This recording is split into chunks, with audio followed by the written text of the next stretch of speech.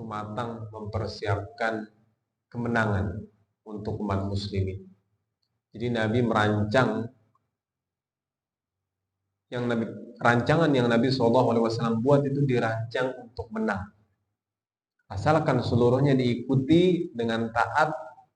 Makanya dalam peperangan itu Allah berfirman di surat Al-Anfal, wa atiullaha wa rasulahu wa la tanaza'u. Jadi taatilah Allah dan Rasulnya dan janganlah kalian berselisih. Fatafshalu wa tadhhaba rihukum. Maka akan hilang kekuatan kalian.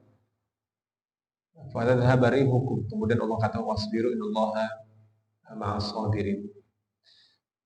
Nabi SAW mempersiapkan rancangan, kita bahas kemarin, dari bagaimana Nabi mengumpulkan para sahabat, kemudian mempersiapkan pasukan, terkumpullah 300 belasan orang, 313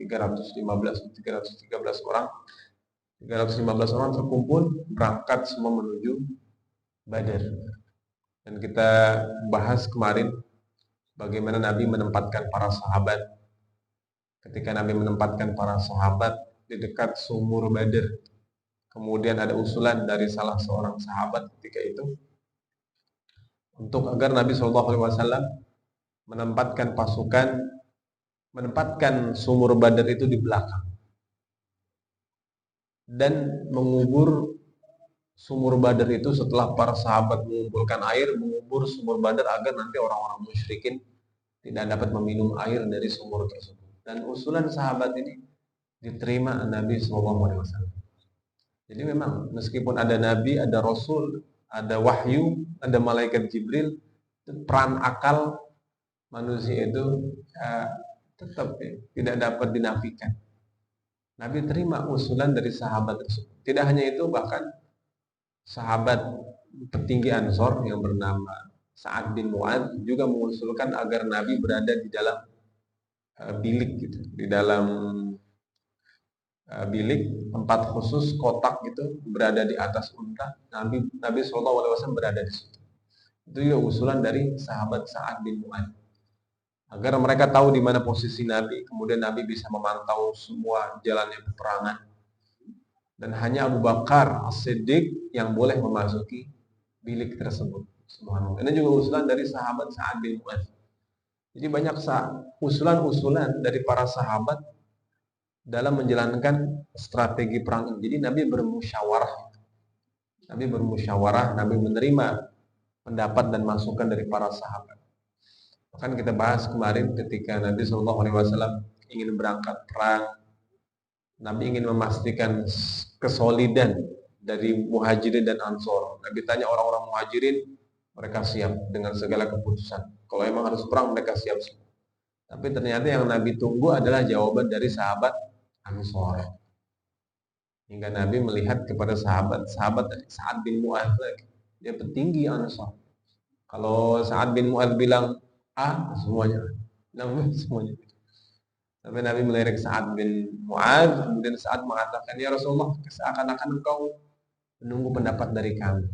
Hingga Sa'ad bin Mu'adz menyampaikan tanggapannya, kemarin kita bahas. Ya Rasulullah, meskipun engkau meminta kami, mengajak kami, memerintahkan kami melewati lautan ini, kemudian menghadapi musuh yang jumlahnya mungkin puluhan ribu atau ratusan ribu, kami siap ya Rasulullah. Jangankan 1000 ini, lebih banyak lagi, berkali-kali lipat, kami siap. Kemudian ada kalimat yang paling masyhur dari Sa'ad bin Mu'adz, mengatakan mudah-mudahan Allah Subhanahu wa Ta'ala akan memperlihatkan hal yang akan membahagiakan kamu dari kami besok. Jadi betul-betul optimis itu luar biasa. Begitulah para sahabat Ansor. Ini memang luar biasa keimanan dari sahabat Muhajirin dan sahabat Ansor. Kemudian berangkat seluruhnya ke medan Badar.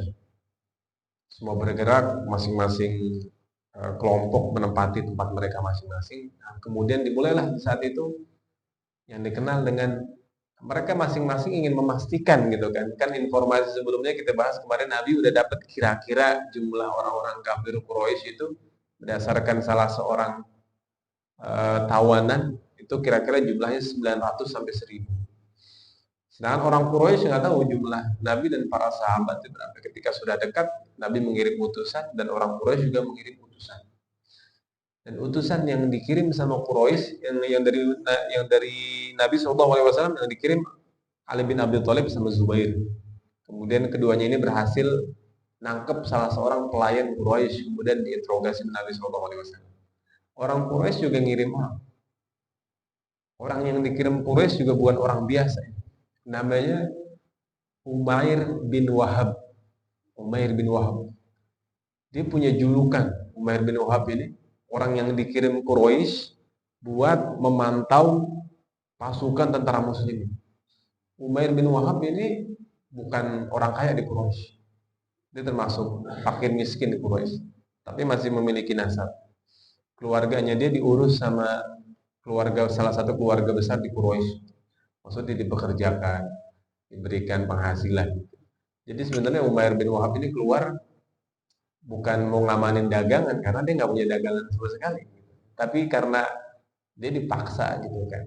Kamu sebagaimana dagangan para konglomerat ada di sana, jadi Umair bin Wahab dipaksa ikut keluar berperang. Dan dia diutus buat memantau jumlah umat muslimin berapa. Mereka ini punya kecerdasan di situ. Orang ini punya kecerdasan, punya kelihayan, dan dia punya julukan tadi kita sebutkan namanya Syaitan Quraisy. Jadi Quraisy itu dia setannya itu, setan Quraisy. Julukannya aneh juga ini, Syaitan Quraisy. Syaitan itu kan setan udah ya. Dia setannya Quraisy ini. Dikirim sama Quraisy, sampailah dia kepada jarak di mana dia bisa melihat jumlah umat muslimin dengan pasti. Dia lihat, dia pantau, disebutkan dalam riwayat dia menggunakan kuda, pas sudah dekat dia mengendap-endap dan dia melihat jumlah. Setelah dipastikan, dilihat dari jauh, ada ilmunya lah pokoknya ya. Ada ilmunya itu, cara mengukur jumlah berapa, dia punya ilmunya itu. Ini kan ilmu dari mana belajar militernya gitu. Haji, orang-orang Arab dulu. Dia punya ilmunya itu. Setelah dapat informasi, dia pulang. Laporlah ke tokoh-tokoh besar. Kayak Utbah bin Rabi'ah, Abu Jahal, itu tokoh-tokoh besar. Tokoh, pemimpin, dan konglomerat. Penguasa di Quraisy. Laporlah nanti Umair bin Wahab ke para petinggi tersebut. Umair mengatakan, wahai Umair, apa yang kamu lihat? Sampaikan kepada kami. Umair mengatakan, saya melihat dalam bahasa Arab ya, al-atoya tahmilul manaya. Al-atoya itu sesuatu yang ingin kita ambil, itu membawa kematian buat kita. Kata Umair bin Wahab begitu. Kemudian dia menjelaskan bahwa jumlah mereka 315 lebih atau kurang. Yazidun aw yanqusun, itu jumlah dibilang. Kemudian ditanya, apakah mereka punya pasukan tambahan dari kanan kiri atau dari belakang mereka? Dia bilang nggak ada. Udah jumlahnya segitu doang. Mereka nggak punya pasukan tambahan, nggak ada pula yang nge-backup dari belakang, nggak ada. Kemudian dikatakan tadi itu, al-atoya tahmilul manaya. Dia mengatakan berarti kata Umair bin Wahab, nggak mungkin kalian mampu membunuh salah seorang di antara mereka kecuali terbunuh salah seorang dari kalian. Kayak gitu. Itu yang kalau yang mengatakan ahli dalam hal ini berarti begitu deh keadaan. Dan kalau kalian membunuh mereka semua 315, berarti terbunuh juga dari kalian 315. Apa manfaatnya perang kalau begitu? Kalian pulang dengan kehilangan sepertiga dari pasukan 300 orang, itu jumlah yang banyak. Apakah tokoh yang mati nanti? Apakah konglomerat yang mati? Apakah pemimpin yang mati? Atau apakah calon pemimpin masa depan yang mati? Itu 300 nggak ketahuan siapa. Serah kalian, sekarang ini pendapat saya silakan. Kemudian bolehlah ada Abu Jahal situ. Yang pertama berbicara Utbah bin Rabi'ah. Tadi Utbah bin Rabi'ah masih ada kewibawaannya, masih ada kebijaksanaan. Karena dia pernah mengatakan bahwa Al-Quran itu merupakan kalamullah, bukan perkataan Nabi. Dia bilang, ini perkataan bukan perkataan manusia, kata Utbah bin Rabi'ah. Dia pernah dibacain sama Nabi SAW surat Fussilat. Nabi jelasin sampai Nabi sujud dan dia ikut sujud juga tanpa dia sadarin. Di surat Fussilat ada surat sajadah. Nabi sujud, dia ikut sujud karena melihat keagungan dari ayat-ayat Al-Quran. Dan dia mengatakan dulu, udah biarkan Muhammad, para sahabatnya dengan apa yang ada pada mereka Al-Quran. Kalau mereka menguasai Arab nanti, kemuliaan mereka kemuliaan kita. Dia mengatakan begitu. Meskipun dia nggak mengaku sebagai Muslim waktu di Mekah dulu, ketika Nabi masih di Mekah. Dan di saat itu mendengar jawaban dari Umair bin Wahab, Utbah bin Rabi'ah mengatakan hal yang sama. Ya udah, kalau gitu ngapain kita memaksakan perang kalau harus kehilangan sepertiga dari pasukan kita? Saya udah pernah bilang dulu, ya mungkin dulu saya pernah bilang, biarkan Muhammad dan para sahabat ini dengan apa yang ada pada mereka. Kalau mereka menguasain bangsa Arab, kemuliaan Muhammad, kemuliaan kita. Dia juga orang Quraisy. Nanti Muhammad menang, kalau Muhammad balik ke Mekah, mereka menguasai, ya udah. Mereka orang Quraisy, kita juga akan ikut mulia juga nanti. Dia udah mengatakan hal demikian, tapi Abu Jahal lagi-lagi Abu Jahal bilang, pertama dibilang ke Umair, kamu melihat itu dengan mata pengecut kan? Kata Umair bilang, kamu melihatnya dengan mata pengecut, kamu sungguh pengecut. Umair nggak terima. Demi Allah, saya nggak melihat dengan mata pengecut, itu yang saya lihat. Dan kamu nanti lihat bagaimana keberanian saya besok. Maksud di peperangan. Umair juga seorang yang berani. Dan Utbah bin Rabi'ah juga sama juga. Dibilang kemarin diledek juga, dihina juga sama Abu Jahal. Gitu. Dihina dengan hinaan-hinaan yang nggak layak begitu. Pengecut, muka bahasa kita mungkin banci lu, kata banci lu. Utbah tokoh besar dikata begitu nggak terima. Kita lihat siapa yang banci besok, kamu atau saya. Utbah jadi kepancing. Jadi kalau kita lihat tujuan mereka perang sebenarnya apa sih? Ada yang tujuannya, kalau tujuannya dagangan, udah aman sama Abu Sufyan. Udah aman dagangan mereka. Jadi ada yang tadi tujuannya mau nunjukin keberanian, ada tujuannya karena kebencian, karena kesombongan, ada karena terpaksa, tadi Umayyah terpaksa, dia dipaksa sama atasannya. Kalau dia nggak mau ikut nanti dia nggak, mungkin pekerjaannya hilang. Jadi mereka seakan-akan satu, tercerai-berai mereka. Tujuan mereka nggak sama. Pecah mereka semua di situ. Jadi kalau kita lihat 1000 banyak, tapi kalau dilihat di zoom lagi, ternyata ini fulan tujuannya ini tujuannya ini, beda semua. Tahsabuhum jami'an wa qulubuhum syatta. Gitu. Kalian mengira mereka satu, padahal hati mereka pecah-pecah. Itu yang dikatakan Umair bin Wahab. Dan Umair bin Wahab ini ada kisah menarik nanti. Mungkin kita sambung ya. Umair bin Wahab, dia di Badar nggak meninggal. Setelah Badar kan banyak yang meninggal. Di antaranya yang meninggal tokoh-tokoh besar. Umair punya sahabat namanya Sofwan bin Umayyah. Sofwan ini bapaknya meninggal. Bapaknya Sofwan ini dulu yang nyiksa Bilal. Namanya Umayyah bin Khalaf. Sofwan ngewarisin kekayaan bapaknya. Sofwan bilang sama Umair, sahabat nanti karena seusia.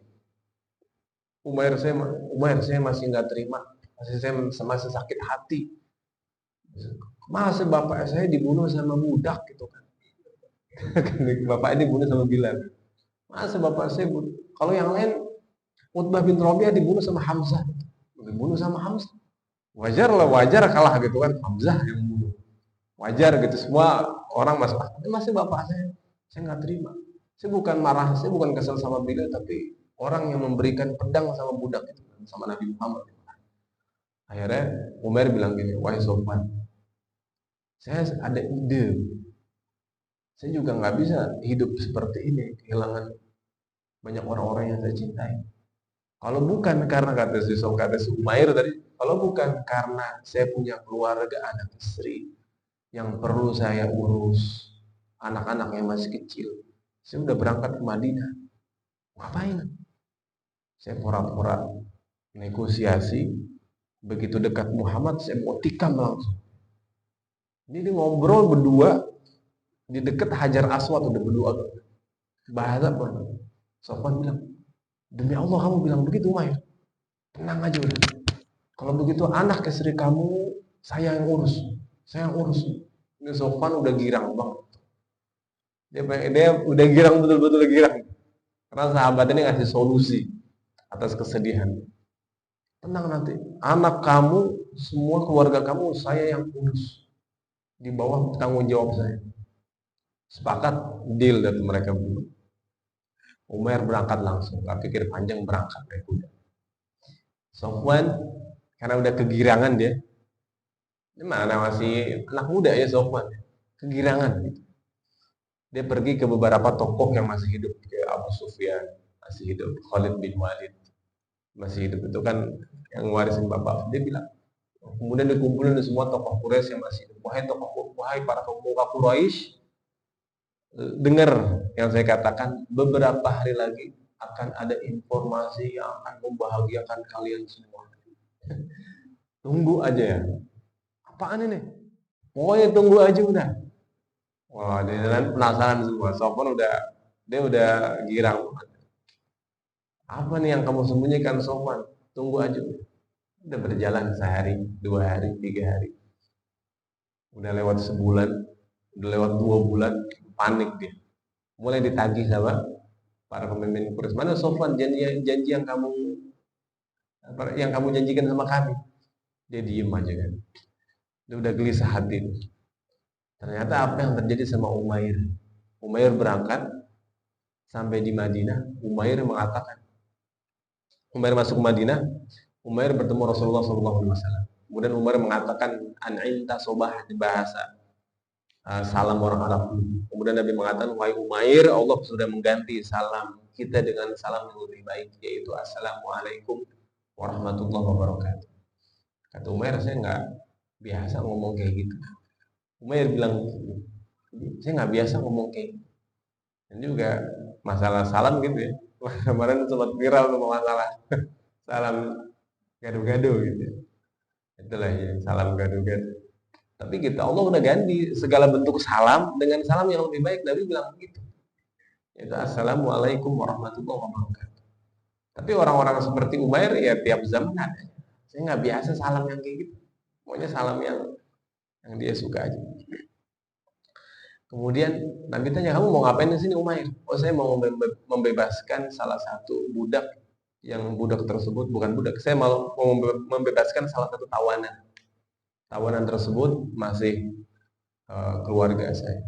Nabi bilang apa? Demi Allah, wahai Umair, kamu kesini bukan untuk hal itu. Nabi bilang begitu. Kamu dan Sofwan, Nabi sudah seperti kamu dan Sofwan berbicara berdua di dekat Hajar Aswad di depan Ka'bah. Kemudian Sofwan mengatakan begini, dan kamu mengatakan, wahai Sofwan, kalau bukan karena keluargaku dan anak-anakku, saya udah berangkat ini ke Madinah buat membunuh Muhammad. Kemudian Sofwan mengatakan begini, dan kamu pun berangkat ke sini. Mendengar itu semua, Umair langsung mengatakan, demi Allah, saya bersaksi, la ilaha illallah Muhammadur Rasul. Langsung beriman itu si Umair. Beriman, kemudian dia 2 bulan itu digunain buat Umair ngapain? Buat belajar Islam. Setelah 2 bulan, dia bilang, ya Rasulullah, saya ini dulu julukannya setan Quraisy. Saya dulu mendatangi tempat-tempat yang dimana kamu pergi ke situ untuk merusak, untuk menjelekkan kamu. Sekarang saya ingin kembali ke Mekah, saya ingin menutupi semua kesalahan saya. Kemudian Nabi mempersilahkan dia. Dia pulang, ketemu sama Sofwan. Sofwan pas ngeliat Umair pulang udah girang banget. Yang penting udah nggak usah cerita apa-apa dulu. Yang penting kamu selamat aja ya gitu. Dia udah khawatir kalau si Umair ini 2 bulan itu ternyata gagal meninggal. Yang penting kamu selamat dulu, udah sini. Habis itu Umair nggak pakai basa-basi lagi, bilang, Sofwan, saya sudah masuk Islam, saya sudah bersaksi, saya sudah memperbaiki keislaman, saya sudah belajar agama, sudah masuk Islam, saya kesini, saya kembali ke sini, saya ingin perbaiki semua kesalahan saya di Mekah. Udah. Sofwan kesel, pergi dari rumah saya, keluar kamu. Udah Umair keluar, dia kumpulin di sudut penduduk Mekah, disampaikan, wahai penduduk Mekah, saya sama Sofwan 2 bulan lalu begini. Kemudian saya ke Mekah, kemudian saya ke Madinah, saya ingin membunuh Rasulullah. Saya menginginkan keburukan buat Muhammad. Tapi ternyata Muhammad menginginkan kehidupan, bahkan kehidupan yang jauh lebih baik dari yang saya rasakan sebelumnya, yaitu Islam. Itu Nabi SAW. Jadi orang awalnya begini, tapi akhirnya kan kita nggak tahu ya, manusia kita dalam kehidupan awalnya buruk, banyak kekurangan. Maka ulama yang menyebutkan al-ibrah bikamali nihayat la binaqsil bidayah. Penilaian itu ada di akhir, nanti kesempurnaan akhir, kekurangan di awal. Kita nggak tahu semua itu, dijelasin semua. Sampai ketika ada orang, salah satu Ikrimah anaknya Abu Jahal mau membunuh dia. Dan saya bunuh. Sofwan nahan. Jangan kamu bunuh dia. Kalau kamu bunuh, saya harus tanggung semua keluarganya dia gitu. Saya nggak mau. Akhirnya Sofwan mau nggak mau ngelindungin Umair gitu kan. Padahal Umair udah masuk Islam. Yaitu Umair bin Wahab. Dia salah satu masuk Islam akhirnya. Kemudian di awal perang Badar ini banyak kisah-kisah luar biasa. Di antara juga disebutkan tadi Robiah itu menolak ya untuk berperang. Jadi tujuan mereka semua berbeda-beda. Akhirnya udah Allah menyebutkan wa ma asabakum yaumal taqal jam'an. Itu di surat Al-Anfal, yaumal taqal jam'an. Ketika Allah menurunkan Al-Furqan wa alamu annama ghanimtum min syai'in fa anna lillahi khumsahu wa lirrasuli wa lidzil qurba wal yatama wal masakin wa ibnis sabil. Kemudian Allah mengatakan juga yaumal furqan yaumal taqal jam'an. Hari ketika dua pasukan besar itu bertemu. Ketika dua pasukan besar itu bertemu, mereka udah berhadapan. Perang itu dimulai dengan mubarozah, duel kita lihat mungkin di film-film itu, sebelum mulai perang ada duel. Yang maju dari orang-orang Quraisy, yang pertama yang maju dari orang Quraisy itu Utbah bin Rabi'ah. Utbah bin Rabi'ah ini tokoh yang tadi dia mau mundur, tapi karena diejek Abu Jahal akhirnya dia maju tetap. Utbah bin Rabi'ah dia maju. Kemudian yang kedua Walid bin Utbah, anaknya si Utbah. Yang kedua.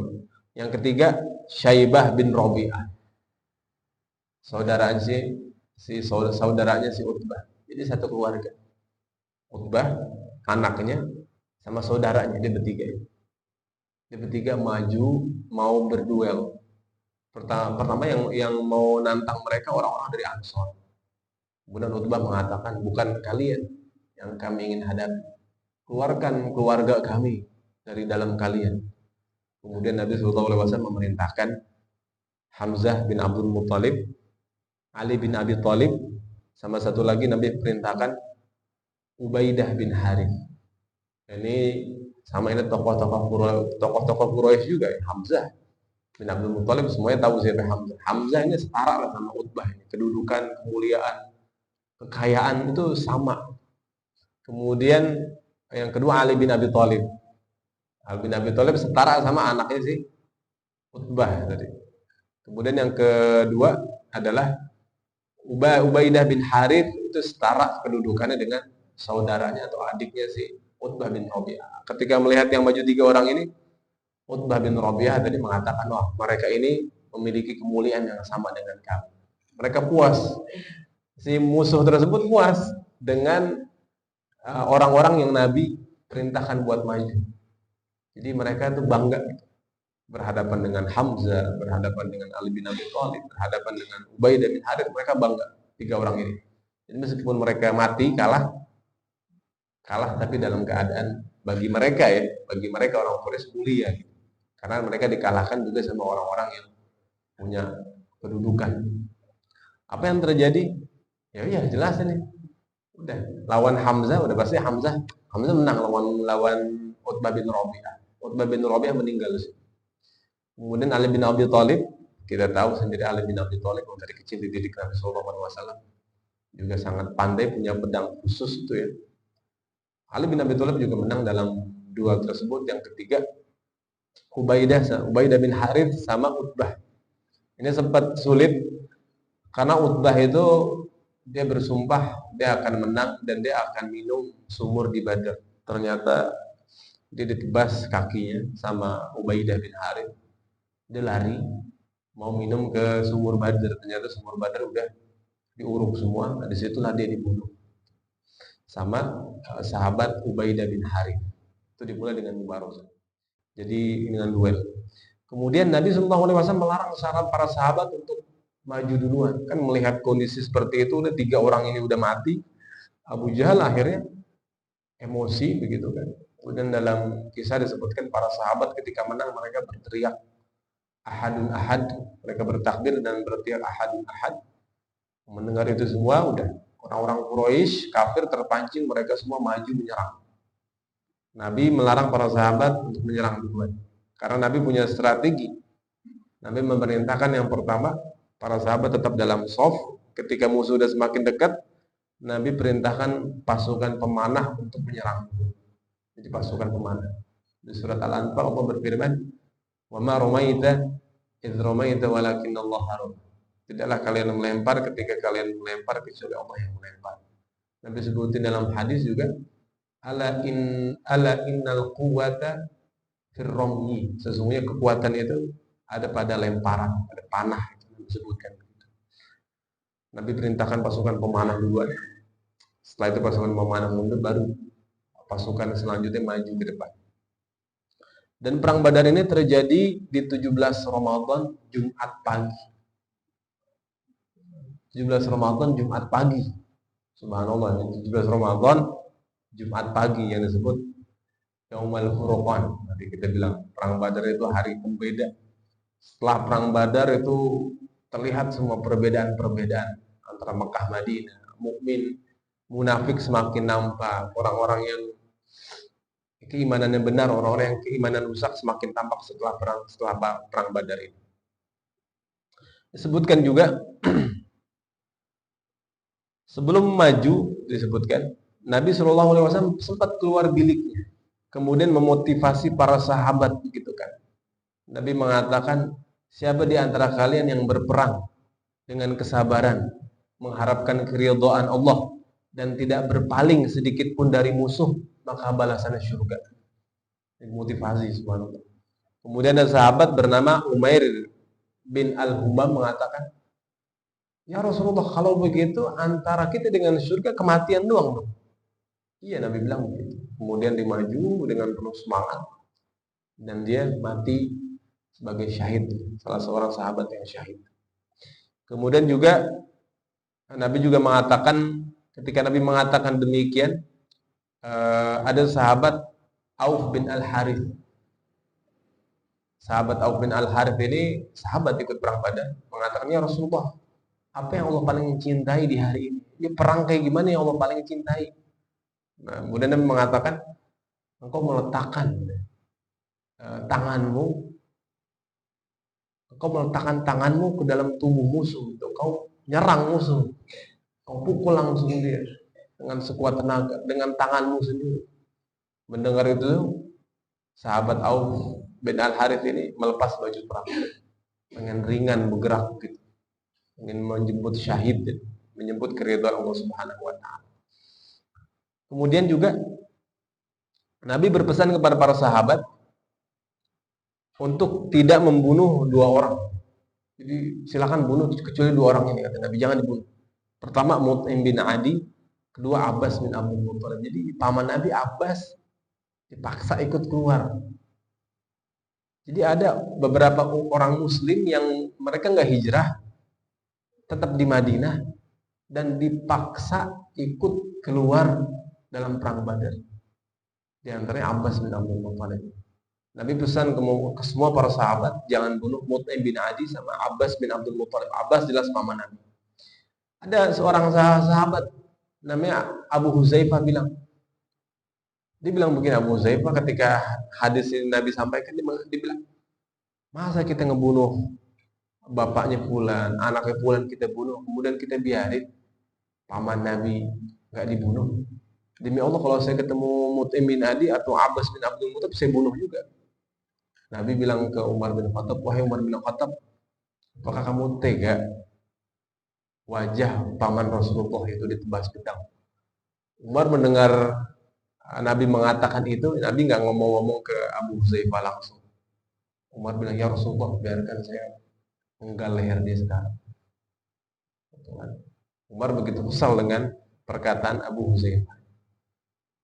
Begitulah cara Nabi SAW menegur sahabat. Kemudian Nabi mengatakan jangan. Dan mendengar kalimat Nabi tersebut, Abu Huzaifah itu begitu, ya Allah, kok bisa ya saya ngomong kayak gitu, nyesel seumur hidup. Dan dia berharap mati di perang Badar, syahid gitu. Ternyata dia nggak mati. Nanti dia mati di perang Yamamah sejauh. Dan dia betul-betul menyesal karena pernah ngomong kayak gitu. Para sahabat. Tentu sahabat Ansor ini seluruhnya yang ikut perang Badar, Muhajir dan Ansor semuanya itu. Allah katakan Allah ridho sama mereka semua. Kan disebutkan nanti, if'alu ma syi'tum fa innallaha qad ghafara lakum. Silahkan setelah Badar ini ahlul Badar Allah sebutkan, Nabi sebutkan dalam hadis qudsi, silahkan kalian melakukan yang kalian inginkan, Allah udah ampunin. Silahkan lakuin yang kalian inginkan, Allah udah ampunin semua. Subhanallah. Namun jelas ahlul Badar ini mereka setelah perang Badar, ada mereka yang bermaksiat, jauh mereka semua dari kemaksiatan. Mereka semakin taat, semakin dekat dengan Allah dan Rasulnya. Jadi ini terjadi sama salah seorang sahabat itu. Apakah terbunuh tadi Mut'im bin Adi dan Abbas bin Abdul Muttalib? Abbas bin Abdul Muttalib aman, tidak terbunuh. Yang masalah Mut'im bin Adi. Mut'im bin Adi ini orang yang dulu ketika Nabi diusir dari Mekah, Nabi ke Taif, kemudian Nabi mau balik ke Mekah lagi, Nabi kan nggak bisa masuk Mekah. Nabi bisa masuk Mekah lewat pengamanan dan jaminan dari Mut'im bin Adi. Karena gitu, Nabi SAW mau membalas kebaikan Mut'im bin Adi meskipun dia orang kafir, tapi Nabi mau membalas kebaikan dia di dunia. Yang ada lagi nanti pertanyaan di akhirat. Nabi balas kebaikan dia di dunia. Akhirnya para sahabat ingat itu semua, mereka simpan pesan tersebut. Akhirnya ada salah seorang sahabat ketika di perang Badar bertemu dengan Mut'im bin Adi. Dan dia mengatakan setiap kali sahabat yang bertemu Mut'im bin Adi mengatakan, Rasulullah melarang saya membunuh kamu. Tapi ternyata Mut'im bin Adi datang bersama sahabatnya dia. Datang bersama sahabatnya Mut'im bin Adi. Nama sahabatnya itu disebutkan Junadah bin Mulaihah, nama sahabatnya Mut'im bin Adi. Dia berdua sama sahabatnya datang. Kamu, kata sahabat ini, sahabat Ansor, kamu Mut'im bin Adi, Nabi melarang kami membunuh kamu. Tapi kalau sahabat kamu, kita bisa. Mut'im bin Adi bilang, demi Allah, saya nggak mungkin saya pulang ke Quraisy, ke Mekah sendirian. Kemudian sahabat saya nggak ada. Nanti mau dibilang apa sama perempuan-perempuan, wanita-wanita di Quraisy? Saya lari begitu aja, kemudian sahabat saya tinggalin mati di sini. Kamu bunuh dia, bunuh saya juga. Kamu mau lawan saya juga. Akhirnya udah terjadilah pertikaian di situ. Akhirnya dua-duanya terbunuh. Mut'im bin Adi mati, kemudian sahabat Mut'im bin Adi juga mati juga. Dan sahabat Ansor ini lapor langsung ke Nabi SAW. Udah terjadi begitu kan. Dan Mut'im bin Adi nggak mau ketika dibiarkan bebas, dia nggak mau, dia mau berperang juga. Kemudian juga yang menarik ini kisah Abdurrahman bin Auf. Abdurrahman bin Auf dulunya namanya Abu Amr. Kemudian masuk Islam namanya diganti dengan Abdurrahman bin Auf. Abdurrahman bin Auf punya sahabat namanya Umayyah bin Khalaf. Umayyah bin Khalaf punya budak namanya Bilal. Jadi Umayyah bin Khalaf ini sahabatan sama Abdurrahman bin Auf di Mekah. Di perang Badar ketemu. Jadi Umayyah kalau dulu kan manggilnya Abdul Amr. Pas sudah ganti nama Abdurrahman bin Auf, kalau dipanggil Abdul Amr nggak mau nengok. Di perang Badar dipanggil Abdul Amr, diem aja dia. Pasti Abdurrahman nengok. Oh Umayyah, kamu apa di sini? Ngobrol deh. Aneh di kisah disebutkan akhirnya ngobrol berdua. Abdurrahman bin Auf sama Umayyah bin Khalaf. Dia bilang, woi Umayyah, udah kamu di sini aja udah. Biar kamu aman, nanti kamu jadi tawanan saya. Kata siapa? Kata Abdurrahman bin Auf. Nanti kamu jadi tawanan saya, biar nanti keluarga kamu datang ke sini bebasin kamu. Udah, Umayyah aman. Ternyata ketemu Bilal. Bilal bilang, Demi Allah, kalau dia selamat, saya merasa nggak selamat. Gitu. Kata Bilal begitu. Akhirnya sahabat-sahabat yang lain pada ngerumputin Umayyah bin Khalaf. Abdurrahman bin Auf, gimana dia mau ngelindungin? Gak mungkin kan dia ngelindungin orang kafir, kan kagak boleh di situ. Cuman dia bilang, ya udah, ini jadi tawanan saya. Cuman Bilal kekeh dia. Karena Abdurrahman sama Bilal dalam keadaan ini, ada yang lebih mulia, siapa di atas siapa. Itu sama sahabat. Saya nggak akan merasa selamat kalau dia selamatin. Akhirnya tertusuklah. Ada yang mengatakan yang menusuk Bilal. Bilal menusuk. Karena nggak ada larangan untuk apa namanya, untuk tidak membunuh Umayyah bin Khalaf. Akhirnya dari situ Umayyah bin Khalaf mati di situ. Tapi Abdurrahman bin Auf merasa sakit hati gitu. Kok dibunuh sih ya sahabat saya? Itulah terjadi, itu terjadi di perang Badar. Sahabat dari kecil ketemu di perang Badar, kemudian sahabatnya dibunuh sama sahabat. Makanya Utbah bin Rabi'ah, di antara alasan dia nggak mau berperang, kata Utbah, apa jadi nanti kalau saya ngebunuh anak kamu nanti di perang Badar? Kamu mau ngelihat muka saya kayak gimana nanti di Mekah? Atau saya ngebunuh ponakan kamu? Atau saya ngebunuh ayah kamu? Kamu sanggup melihat muka saya nanti di Mekah? Itu alasan Utbah bin Rabi'ah mau pulang. Tapi karena Abu Jahal, dia tetap berangkat. Itu terjadi. Jadi Umayyah meninggal. Yang menggantikan Umayyah tadi anaknya Sofwan, yang kita ceritain di awal tadi. Kemudian juga ini kisah menarik juga disebutkan dalam sirah. Ada namanya pedang Ukasyah. Pedang Ukasyah. Ukasyah ini sahabat Nabi. Ketika Nabi menyebutkan hadis tentang, Nabi mengatakan akan masuk 700 orang dari umatku. 700.000 dari umatku masuk surga tanpa hisab, kata Nabi. Kemudian Ukasyah bilang, ya Rasulullah, jadikan saya termasuk golongan itu. Nabi langsung nyebutin, kamu masuk. Alhamdulillah. Sahabat lain bilang, ya Rasulullah, saya juga mau. Nabi bilang ke sahabat yang satu lagi, kamu udah keduluan sama Ukasyah. Kotanya tinggal satu doang. Kotanya tinggal satu doang. Kamu udah keduluan sama Ukasyah. Udah tutup kota, udah close. Udah. Jadi yang masuk Ukasyah masuk salah satu orang yang masuk surga tanpa hisab. Di perang Badar, Ukasyah ini luar biasa semangat berjihad, berperang melawan musuh. Sampai pedangnya patah. Pedangnya patah, tapi dia masih mau berperang. Dia masih mau membunuh orang-orang kafir. Dia ngadu ke Rasulullah. Nabi lemparin, disebut dari sirah Nabi lemparin kayu. Dia ambil kayunya. Dipegang sama Ukasyah, tiba-tiba jadi pedang putih, ujungnya tajam. Ini kan kayak gimana? Nabi lemparin kayu jadi pedang. Jadi disebut pedang Ukasyah. Dan dia dipakai terus pedang itu sepanjang pertempuran dan setelahnya nanti. Dan dia meninggal di perang di zaman Abu Bakar As-Siddiq. Masih bawa pedang itu juga.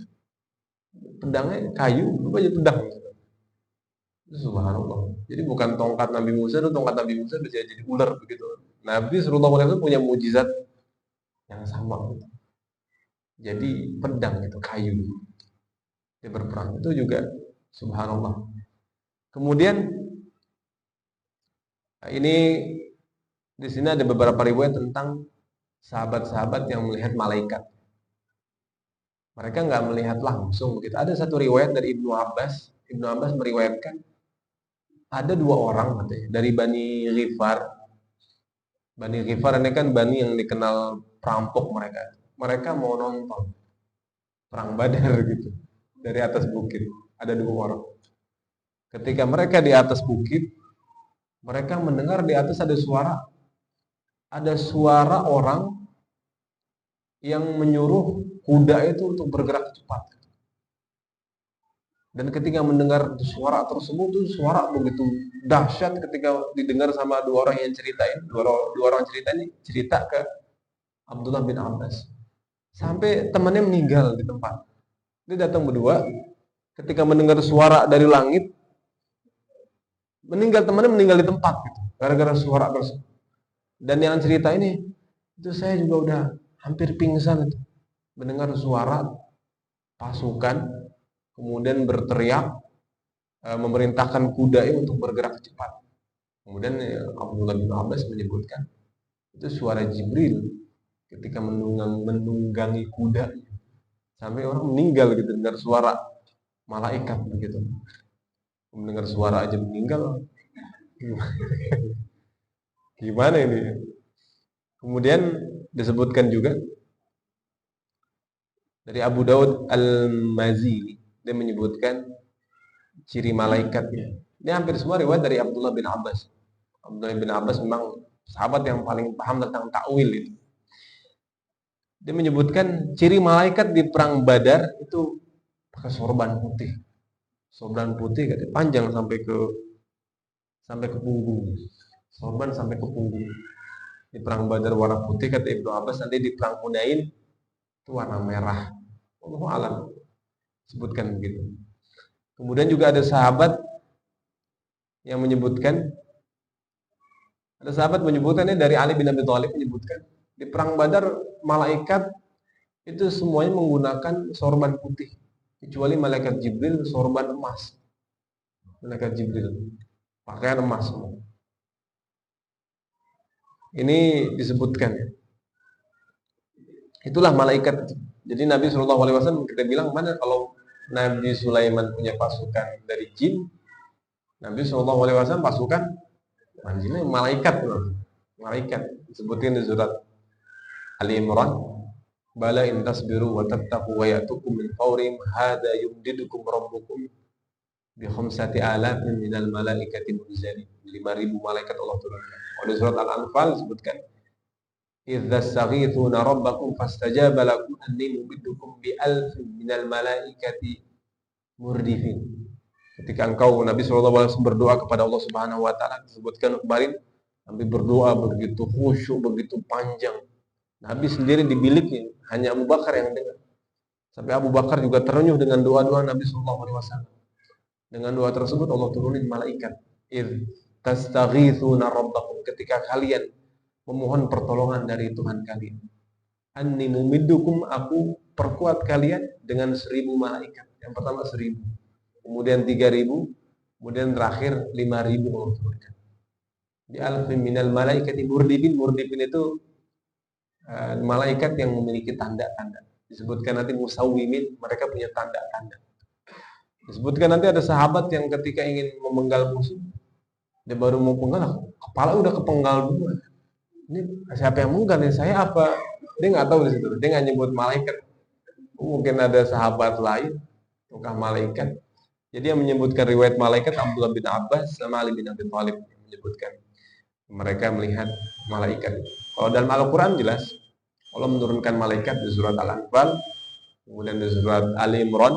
Di Al-Anfal disebutkan 1.000, di Ali Imran disebutkan 3.000 dan 5.000 disebutkan semua. Kemudian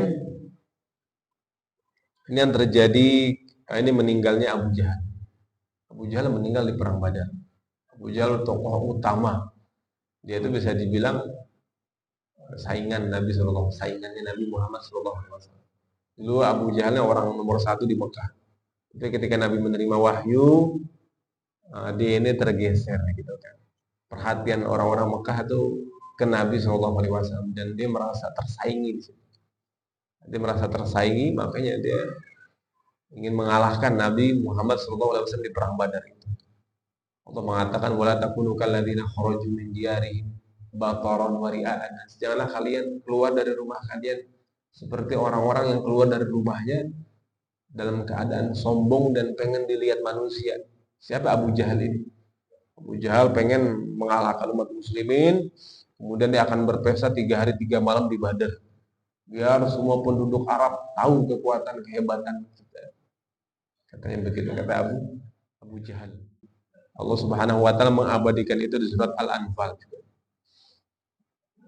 Kemudian ada beberapa kita sebutkan lagi. Setelah terjadinya perang, terbunuh dari orang kafir Quraisy 70 orang terbunuh, 70 orang ditawan. Kemudian dari umat muslimin disebutkan, kemarin kita sebutkan, dari umat muslimin itu meninggal nggak banyak ya. Dari umat muslimin meninggal Arba'ata asyar rajulan, ada 14 orang meninggal. 16 dari dari 6 dari golongan muhajirin dan 8 dari golongan ansor. Ini jadi hanya 16 yang meninggal, yang syahid di perang Badar. Orang kafir 70 ini tokoh semua, konglomerat semua, apalagi disebutkan pemimpin semua, orang-orang berpengaruh. Maka setelah Badar, udah Quraisy sudah nggak punya kekuatan lagi. Dia udah terpincang-pincang gitu. Udah luka parah Quraisy setelah perang Badar. Jadi perang-perang setelahnya itu mereka maksain diri sebetulnya. Mereka maksain diri dengan sisa-sisa kekuatan mereka. Ekonomi udah lemah, kita bilang kemarin kan. Jalur perdagangan ke Syam udah ditutup sama Nabi Sallallahu Alaihi Wasallam. Mereka cuma punya satu jalur doang. Udah kehilangan 50% kekuatan ekonomi mereka. Mau apa jadinya kalau kehilangan 50% sampai. Kemudian apalagi? Kekuatan militer, tokoh-tokoh besar 70 orang meninggal. 70 tokoh termasuk Abu Jahal, itu tokoh paling penting, paling pemberani, paling cerdas juga meninggal di situ. Utbah bin Rabi'ah meninggal di situ. Banyak tokoh-tokoh penting meninggal. Apa yang tersisa di Quraisy? Udah Abu Sufyan, kemudian ada Khalid bin Walid, kemudian ada sisanya anak-anak muda semua. Banyak anak-anak muda semua. Maka di perang Uhud nanti kita bahas, di perang Uhud Quraisy sudah kekuatannya udah lemah. Meskipun bisa ngumpulin 3.000 orang, tapi sebetulnya balik lagi, apakah betul mereka punya kekuatan itu nanti? Bagaimana kondisi pasukan mereka? Nah, itu insya Allah akan kita bahas di pertemuan berikutnya. Dan perang Badar ini kaitannya erat dengan surat Al-Anfal. Jadi setelah perang Badar disebutkan di surat Al-Anfal juga ketika mengumpulkan rampasan perang, itu para sahabat berdebat mereka. Jadi ada 3 golongan paling nggak ada dari pasukan ini. Ada yang di depan, yang di tengah, yang di belakang. Yang di depan berhadapan langsung dengan musuh, yang di tengah juga berhadapan dengan musuh, yang belakang melindungi Nabi SAW. Yang ngumpulin rampasan perang yang mana? Yang tengah. Ketika udah ngumpulin rampasan perang, yang tengah bilang, ini kita yang ngumpulin semua. Habis itu yang depan bilang, enak banget kalian ngumpulin, kita yang berhadapan langsung dengan musuh. Kalau kita nggak berhadapan musuh, kalian gimana cara ngumpulinnya? Yang belakang bilang, justru kami yang paling berhasil. Kami yang melindungi Nabi SAW. Kita bisa aja maju paling depan, tapi siapa yang melindungi Nabi nanti? Dari situ para sahabat bilang, di saat itulah akhlak kami begitu buruk. Mereka masing-masing ngerasa. Makanya turun surat Al-Anfal. Yas'alunaka 'anil anfal. Mereka bertanya-tanya tentang Al-Anfal. Siapa yang paling berhak? Siapa yang paling dapat banyak jatah dari rampasan? Karena Quraisy perang Badar dibawa semua emas. Kan gitu ya, orang kalau saya meninggal di perang, semua harta saya bawa. Dibawa emas-emasnya semua, pedangnya semua, kuda-kuda. Sampai turun surat Al-Anfal. Yas'alunaka 'anil anfal, qulil anfalu lillahi wa rasul. Al-Anfal itu milik Allah dan Rasulnya. Ketika Allah katakan milik Allah dan Rasulnya, diam semua. Lemes semuanya itu. Ini milik Allah dan Rasulnya. Titik. Allah kata fattaqullah, bertakwa kepada Allah. Takut sama Allah. Wa aslihu dzata bainakum, perbaikin hubungan di antara kalian itu. Yang tadi saling ngaku, merasa paling hebat, paling banyak kontribusinya. Wa aslihu dzata bainakum wa atiullaha wa rasulahu in kuntum. Taati Allah dan Rasulnya jika kalian betul-betul orang-orang yang beriman. Jadi kalau kita baca surat Al-Anfal, kita lihat perang Badar, kita paham betul bagaimana situasi perasaan yang dirasakan sama umat muslimin ketika di perang Badar. Baik, mudah-mudahan yang kita bahas di malam hari ini bermanfaat. Kita tutup bersama dengan membaca Al-Fatihah. Mudah-mudahan Allah menerima amal ibadah kita, memberikan kita ilmu yang bermanfaat. Mudah-mudahan Allah Subhanahu wa taala juga mengampuni segala dosa dan kesalahan orang-orang tua kita yang telah mendahului kita, orang-orang tua kita yang telah mewakafkan, infakkan untuk masjid ini, yang telah mendirikan masjid ini. Dan kita doakan juga untuk saudara-saudara kita di Palestina, mudah-mudahan Allah memberikan mereka kekuatan, Allah memberikan mereka kemenangan, kesabaran, Allah merdekakan mereka, Allah bebaskan Palestina dan Masjid Al-Aqsa. Amin ya rabbal alamin. Al-Fatihah. A'udzu billahi minasyaitonir rajim. Bismillahirrahmanirrahim. Alhamdulillahirabbil alamin arrahmanirrahim maliki yaumiddin iyyaka na'budu wa iyyaka nasta'in اهدنا الصراط المستقيم صراط الذين أنعمت عليهم غير المغضوب عليهم ولا الضالين آمين. فاعف عنا يا كريم يا أرحم الراحمين، ارحمنا اللهم بحق الفاتحة وبشفاعة الفاتحة وبكرامة الفاتحة يا فارج الهم يا كاشف الغم يا من لعبده يغفر ويرحم. اللهم افتح لنا أبواب الخير واجعلنا من أهل الخير بفضلك. دعواهم فيها سبحانك اللهم وتحيتهم فيها سلام وآخر دعواهم أن الحمد لله رب العالمين. Assalamualaikum warahmatullahi wabarakatuh.